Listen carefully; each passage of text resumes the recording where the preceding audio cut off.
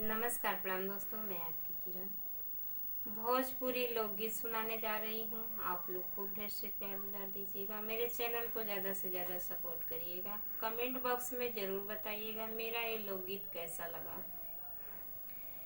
भूख लगी तो खियावे पड़ी पिज़्ज़ा जीजा जी। भूख लगी तो खियावे पड़ी पिज़्ज़ा जीजा जी। मेला घुमावले से पहिले सोचला नतीजा जीजा जी। मेला घुमावले से पहिले सोचला नतीजा जीजा जी। तोहरे संगे मेलवा में जब हम जाई, चाट चाउमीन अउरी फुलकी हम खाई।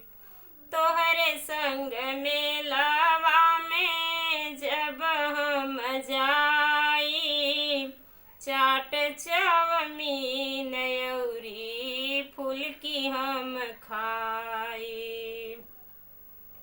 बड़का झूलवा तोहई झूलैबा जीजा जी।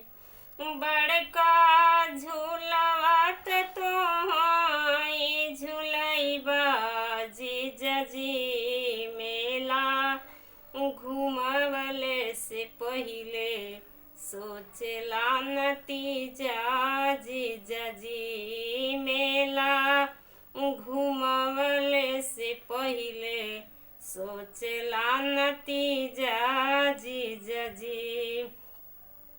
भूख लगी तो खियावे पड़ी पिज़्ज़ा जीजा जी। भूख लगी तो खियावे पड़ी पिज़्ज़ा जीजा जी। मेला घुमावले से पहिले सोचला नतीजा जीजा जी। मेला घुमावले से पहिले सोचला नतीजा जीजा जी।